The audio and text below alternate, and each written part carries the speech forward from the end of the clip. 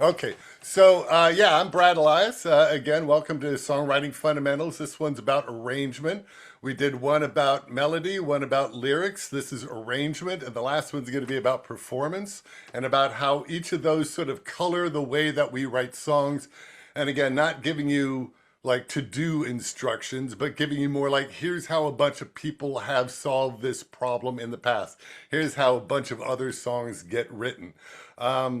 The one thing that I gotta, I always like starting out with sort of a word or a bit about myself. This time I want to talk about the word aesthetic.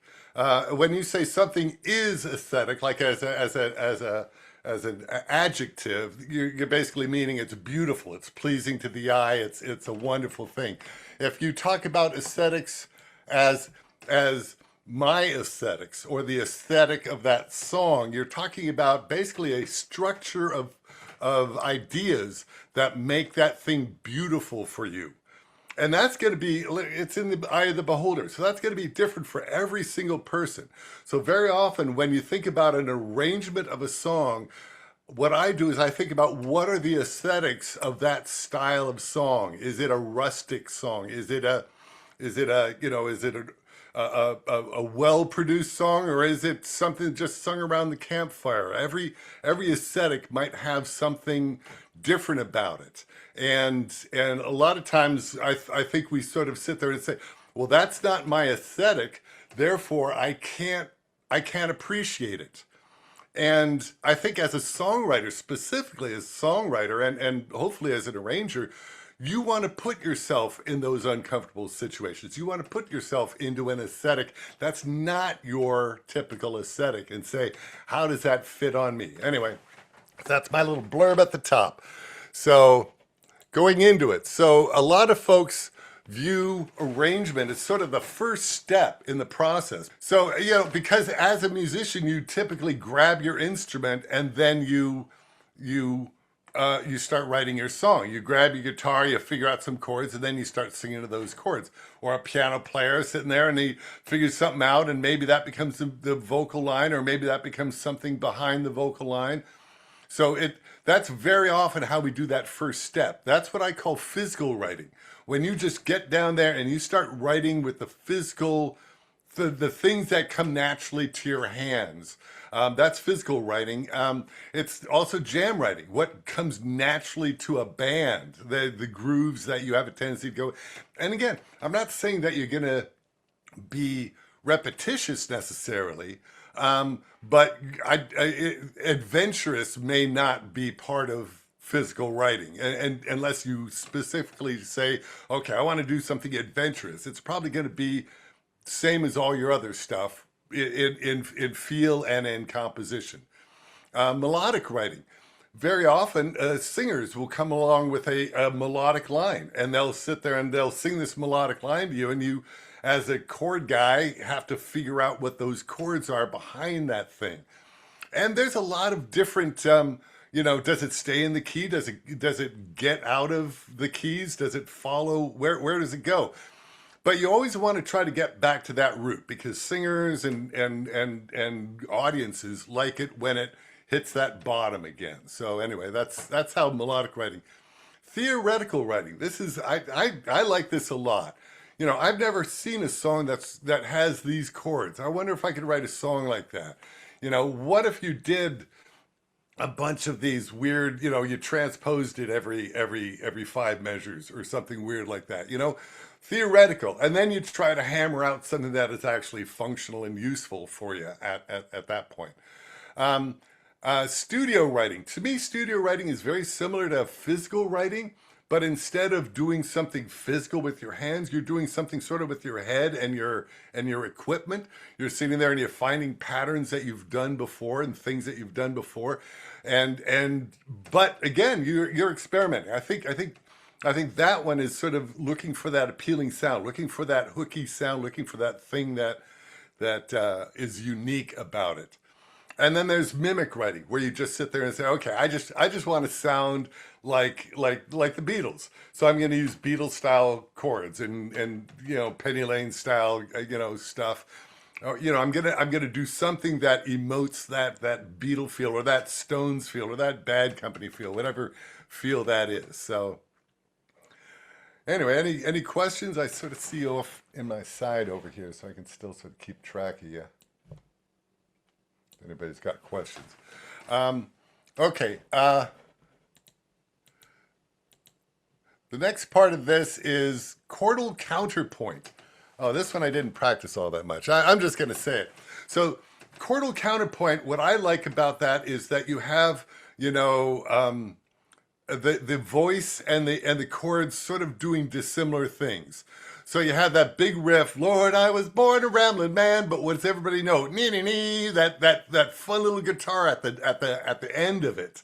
That's the one that everybody sort of says, oh, there's almost like the hook on top of the hook. That's like the cherry on top of the sundae there. That's so if they can complement each other, if they can play off of each other, there's probably some great things. There's other ones all day and all night. I learned how to play it, but you guys know how it goes. Dan, dan, dan, dan, dan, dan, dan, dan. That's there. There's all the day and all of the night. So the hook and the chords are sort of integral to each other, and there's a melody there, so it's still sort of a melodic hook, but it is definitely beating that big rhythm hook home. Pedal tones and drones like Tomorrow Never Knows. That's one of those things, and I mentioned Moondance last where the melody just sort of floats on top of what could be a bed of one chord or a moving, bunch of chords. So anyway, so that's a lot of those. I love drone songs, but it gets never mind. Later on. So the last one I want to mention is sort of the patterns. There's a bunch of patterns that already are sort of built up. You got the 8-bar blues and the 12-bar blues. The 8-bar blues you just take the first 4 bars and you repeat them again before you get to that turnaround 4 bars. So that's the only difference between 8 bars and 12 bars. And again, a very functional format. But every time somebody says, "Hey, I wrote a new blues," I go, "Well, wrote new lyrics to the old blues, right?" So it's, are you really writing a song, or are you just sort of putting your lyrics to somebody else's song? Doo-wop, again, that's another one. Just, the C, A minor, F, and G, and they do that, for 2.5 minutes and sing on top of it. Other patterns, the 4-chord loop. I have a tendency to grind my teeth against 4-chord loops. I think a lot of pop modern songs rely on that 4-chord loop, and it leads. Again, there's a certain amount of trying to write a song where you want the familiarity immediately, and I mentioned I get by with a little help from my friends. That rhythm, da da da da da da da pa pa pa. The rhythm goes through the whole thing, and that sort of anchors you in until it doesn't, until he breaks it. I get by with little help from my friends. So he jumps on it, and then he goes back into the rhythm again. So I understand the comfort, and the comfort of a 4-chord loop is a wonderful comfort. And have I written 4-chord loop songs? Yes, I have. But I would much prefer an 8-chord loop. I would much prefer something, a 4-chord loop that goes into a different 4-chord loop or something. I just like being adventurous. So that's my preference. But again, no wrong, no right. It's an aesthetic, and you live with whatever the aesthetic is that you're working to. Time signatures. Most of the stuff we do is in either 3/4 or 4/4, and again, I'm talking most of us. Again, this thing is sort of geared towards the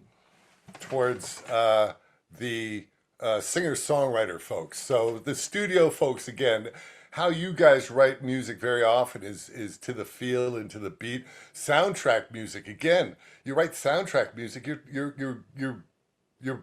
beats are on the film or on the narration or something. So that's why I like that. So 6/8 is always a fun one. I calypso, I sing. Oh, there it is. Man who has Anyway, you get the idea. One and a da da da. 1, 2, 3, 1, 2, 3. That's fine. But the threes are sort of doubled up. One and a two and a three and another one is there's a 12/8. I love the 12/8. Let's see if I can figure this out. One and a two and a three and a four and a one and a two and a three and a four and a. I'm not going to try to play Salisbury Hill, and you guys know what money sounds like, so I'm not even going to go with the 7/4. 5/4 is tough. I wrote a song.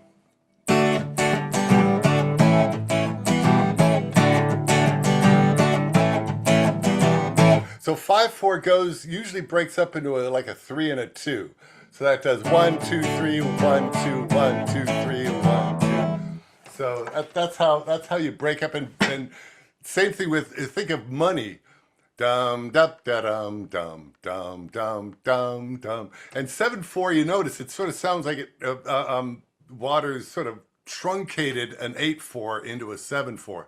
That's very often how you sort of arrive at a 7/4. The other way that you arrive at it is with sort of elongating a 6/4. So you have a 1, 2, 3, 4, 5, 6, and 1, 2, 3, 4, 5, 6, and 1, 2, 3, 4. So you can do it either direction. So like groups of 3 with an extra fun beat at the end. Swing time. I've never actually played in a band that has done anything but just straight triplet swings. But I know it exists because I've heard it on recording. You can swing closer to the 50%. A 50% would be no swing. You're just playing straight eighth notes at that point. If you swing at 66%, it's a da da da da da da, and you just don't play that second one. Da da da da da da da. And instead, what you could do is you could push that thing later in the beat. So it's like a little bit of a stagger. You could, I'm doing it the other way around. It's either like a stagger, you do a little early and it feels like a stagger. You do a little bit late and it feels like almost like a pickup note or a grace note on the next beat. So again, swing time is fun, but I don't think pop music is ready for it.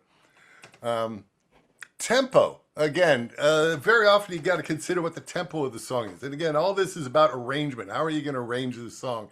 You got to get the words in. If you got lyrics and they're meaningful lyrics, don't say them too fast. We didn't start the fire. I bet he practiced that long and hard. It's very hard to get fast lyrics out. And I'll let you know, I started thinking about this more and more, and the rap singers, man, they've got to have that talent of getting those words out in that right spot. Try some of that. That's really tough stuff. Dan Wilson is one of my favorite singer-songwriters. I think I played a song of his last week, and he sort of has this thing of always go faster and at a higher pitch. Keep moving it, keep moving the capo up and moving the tempo up until you're at that speed where you can just you're hanging onto the wheels, and you're keeping the shopping cart's going downhill, and it's almost falling apart, but not quite. So that's I don't know if that's the way to do it. Always be open to edit. I lock things down. I know there's a lot of people that, we talked about this a little bit last week about how you always want to just keep editing and editing. I don't. I like being done with it. So again, just find your, if you like going back and redoing it and finding that new tempo, that new rhythm. I've got some songs that I'm writing for this Epithumia thing because I get to reuse themes that are going to be done. I got one that was done as a 5/4 and then as a 6/4. I haven't done 7 on that one. I've got another one that's going to be 3/4 and 4/4. So, and again, same chord progressions, but it just radically changes the feel of the song. Same melody, same chord progressions, just pushing it around. Okay, steady pace or dramatic pauses. I know a lot of folks like to put pauses in their songs, And I get it, and pauses are meaningful, but if you do it too much, I think you just start losing interest in the audience. I think the dramatic pauses start becoming more important than the content of the song. And we'll talk about that probably a little bit more under when we talk about performance and how that sort of colors a song. Um, Speed up on chorus. It is very, very natural to have a faster chorus, especially when you're playing live, and then slow down on the verses. But you gotta make sure everybody knows you're doing that. You know what I mean? Especially if you're playing live. You gotta make sure it's like, watch out, I kick it in a little bit on the chorus, and then we sort of slow it back down again. Um, and again, climaxes. We always love the fermata, the big long pauses, the wonderful climax that happens at the end of a song. Okay, now, and that sort of leads into what the shape of a song is.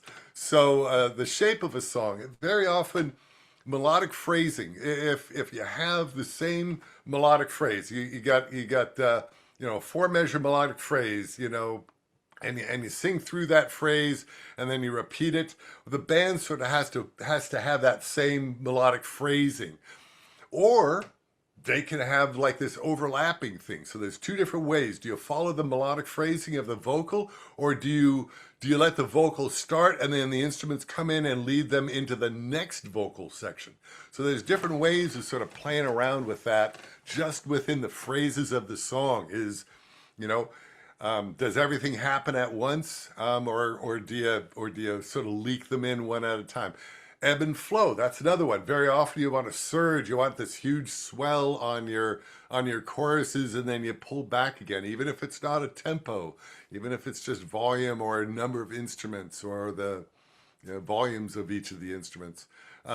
Rise and fall. Again, you can have that big high point in the song and then come back down at the end of being quiet again.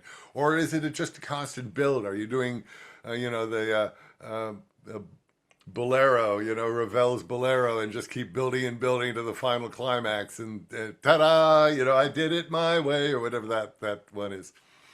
Um, or is it a medley? Does it feel more like a medley of songs, where you can have the different feels, where you're dropping into, like a band on the run kind of feel, where you're dropping into, different worlds. I was talking about world building. You actually get to drop into sort of different worlds or different rooms of the same house, maybe, or something. Um, the high point of the song. Make sure that what you're saying at the high point of the song is what you really want to say in the song. Make sure it's not baby, baby. It's like, okay, well, what was this all about? So I need give me something. I will always love you. Give us something at the high point of the song. Um, a big ending. Again, that's common. A drop at the end where it just completely drops away, and you end up with just a little coda, as we were talking about last time. That's a great feel. A breakdown where you sort of in the middle of the song sort of tear it all down, and you sort of get to build it up a second time. Or you start off big and then you have your drop and your breakdown and then you build it back up again. Key change. Do the Barry Manilow. Let's go up a whole step every chorus. Let's just keep going up another whole step. Or Ring of Fire. That's my fun one, man. That's so random. I can never figure out how those actually go. Um, Rearranging. I wanted to touch real quick on rearranging. If you've got a new feel for a song, you got new chords for a song. Because, like I said, I think chords are part of the arrangement. I think hitting that A minor instead of the C, maybe that's just what happens. Maybe this time around maybe you do it all in minor key. Is it a new song? Do you have to put new words to it? I've taken arrangements and written songs around the arrangements that I've made for somebody else's song, and I've called it my song, but it doesn't have the same melody, and it doesn't have the same words, and it has some of the same chords, it has a lot of the same chords, but it's got sort of a different shape. So again, you sort of have to you always ask yourself, how much am I borrowing? How much am I stealing? How much am I just being influenced by? That's a good spectrum. I have no idea how to do that spectrum. Okay, here's a couple of chord tricks. So this is where I wanted to pull out my keyboard. Is it still turned on? It is not. Okay, so I wanted to show real quick what all these things. So relative minor. I'm just going to use the key of C, so it's nice and easy. So here's the key of C. I probably need to do a click somewhere to get me. No, original sound already on. Good, good, good. Okay. So there's a C chord. So the relative minor of that's your relative minor. It's just a minor third down is your relative minor. Your harmonic minor and melodic minor are different. So instead of if you're doing again, let's go with the key of A minor. So that's sort of the relative minor. The harmonic minor, it does that G sharp at the end, and the melodic minor, it's sharp on the way up and flat on the way down. So that's why they call it melodic. Depends upon which way your melody's going. The modes, I'm going to go back to C again. I don't have all the modes memorized. I'll tell you the ones that I know. I think this is Ionian. This is Dorian. Getting a little. Is this Phrygian? I think this is Phrygian. What you basically do is if you have the key of C, it's just a major scale. But if you play the same white notes, it's a D minor, but it's a weird D minor because it's going to have a natural B in it.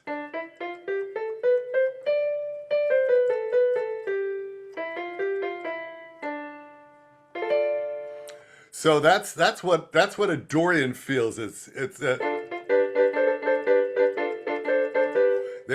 a Dorian, right? So that because it's got that sharp six, I guess is what it is. So next is the Phrygian, and again it's the same thing. It should have an F sharp, whether it's minor or major, but it doesn't. That sits a little bit different. That doesn't sit as well. What that's good for is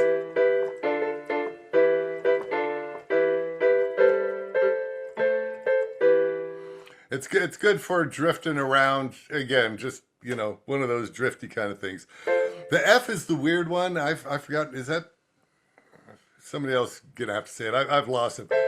But the F and the G. The G is a nice one.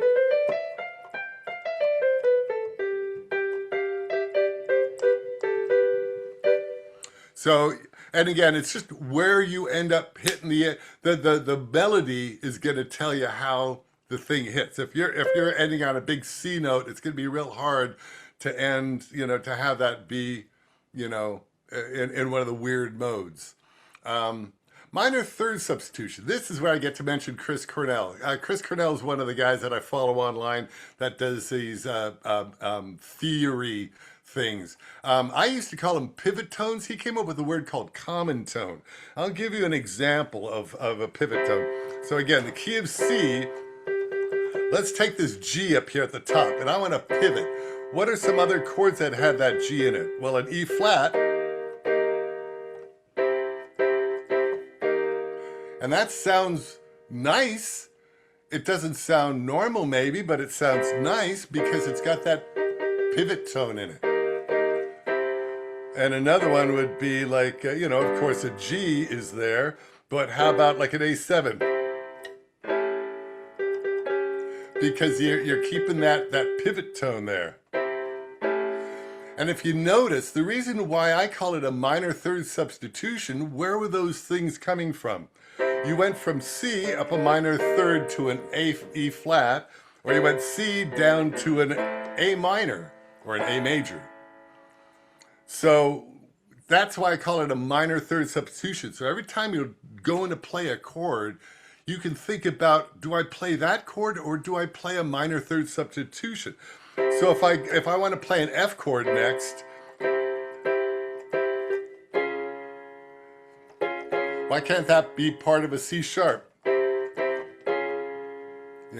Just, oh wait, I didn't pivot right, did I?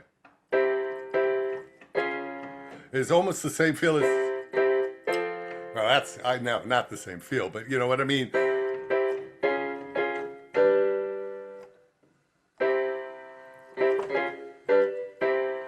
And again, like most things, if you repeat it enough, it's going to sound like it's the way it's supposed to go. So that to me is one of the real common things. And like I say, you could do that with just about every chord in your chord progression.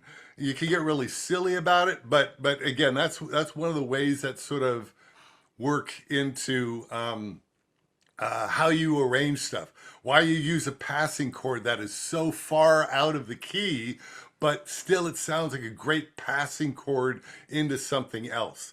So that's why Smoke on the Water works. You know, that's why those chromatic things start working, is if you break that down, a lot of it's just, you know, you're going to minor third substitutions between them, but or common tones, pivot notes, whatever you want to call it. Diminished and augmented, again, those are great passing. And diminished is just a bunch of minor thirds, so a minor third. And there's only a couple of those. You know, you can because there's only 3 notes between it, so you got like a C diminished, and I don't know if my hands are gonna be able to do this. There we go, there's your 3 diminished chords, and all you do is you voice it differently. And so that's why when you're on the guitar, how the diminished chord sort of runs up and down the neck so easily. It's just, there's only 3 of them. Just don't hit those other 2 when you're hitting that one. The augmented chord is a great lead-in. So if you got that C and you sharp that G on the C, it leads right into the F really nice. Again, those chromatic things, those things. I wanted to go through what susses are. Okay, there's 3 susses that I know about, and I heard about a different sus while I was doing my research, and I don't know if I understand it.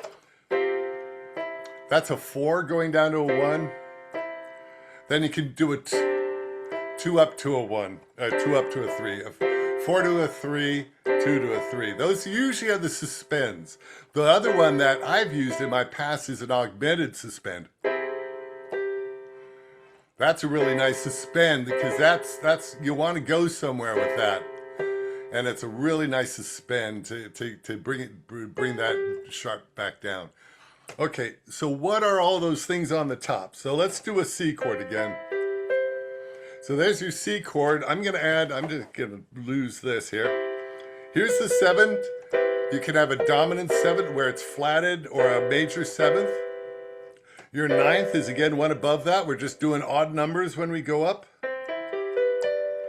And then the 11th, how jazz folks will do it is they'll do a sharp 11th, and you'll see why.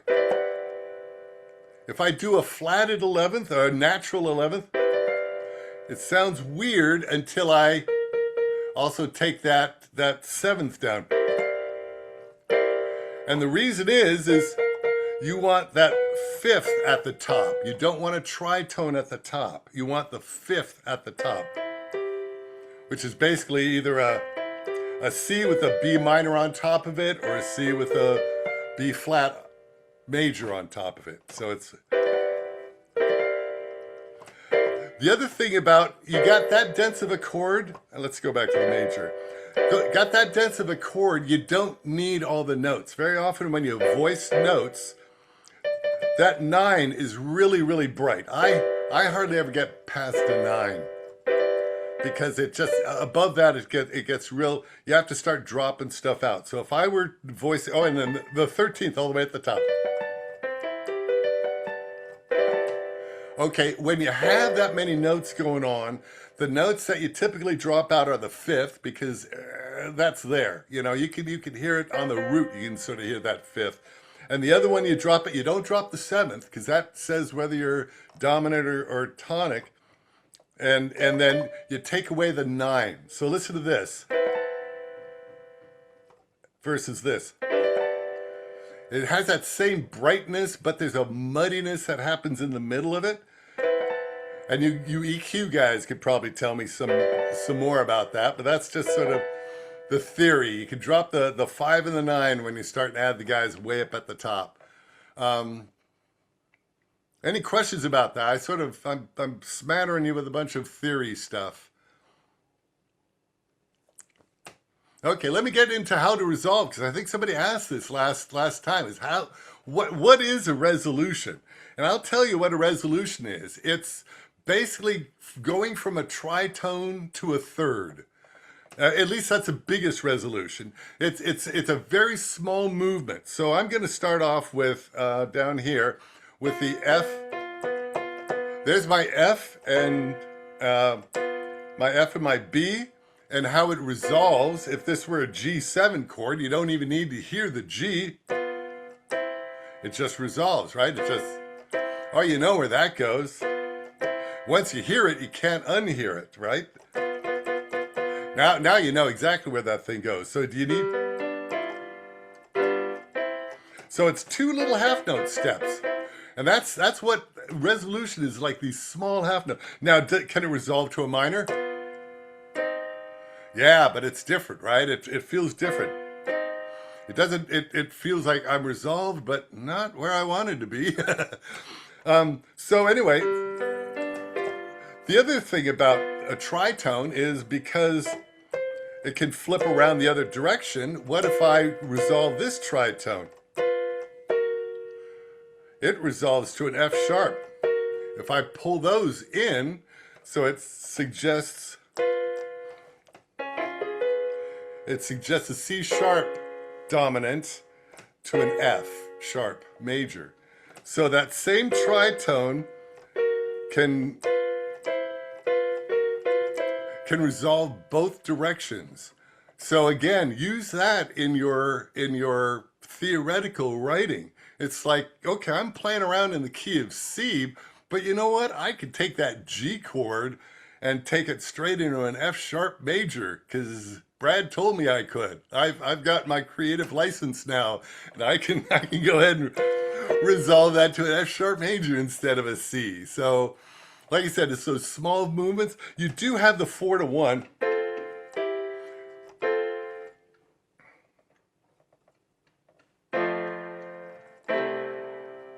Now that amen. So that amen feel, that's, and again, to me, that's just the one note, sort of doing that little half note step. Now, there's other resolutions. Like I said, I showed you like an augmented resolutions. You can have resolutions on the 7th. The other thing too is when you're writing orchestration, one of the things that I've noticed folks doing is that when they write orchestration, they write like a keyboard player. So like all the notes are playing by the strings and all the notes are playing by the horns. And you know, what you really want to do is you want to sit there and say, okay, I want the horns to play those bright things up at the top, and I want the strings to play the stuff in the middle, and I want, you know, you sort of have to spread your voices out. And so that each individual section may not even be telling you the entire story of what that chord is. You have to sort of hand that off to a bunch of different stuff. And again, when you go to write their parts, you want small movements.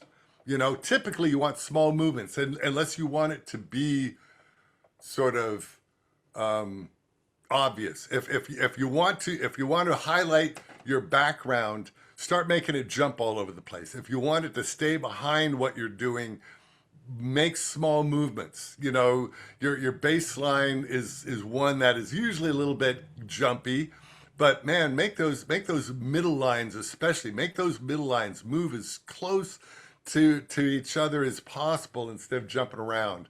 To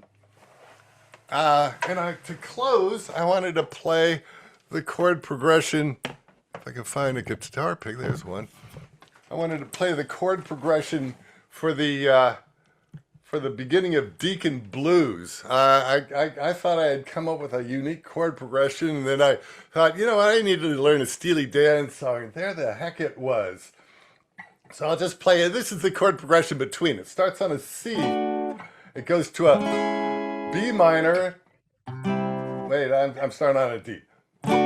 D to a C sharp minor, to a C, to a B minor, to a B flat, to an a D major 7, to an E7, and it resolves back to a G. And I'll show you how it goes. Da, da, da, da, ba, ba, ba, da. This is the day of the expanding. So that's you know, those chromatic chord progressions.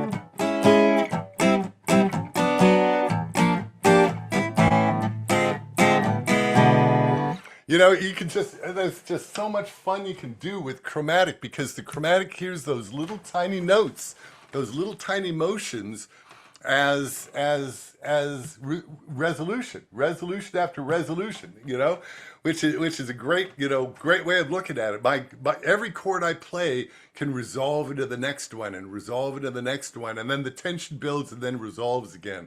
And to me, that's that forward motion. It's not groove. It's not groove writing. And again, jam writing, groove writing, I get that. That is a very comfortable way of doing it. But again, if you want other tools, here's some other tools. Next time, we're going to be talking about how the actual performance of the song influences, especially your choice of vocalists or vocal styles, can really impact what the impact of the song is.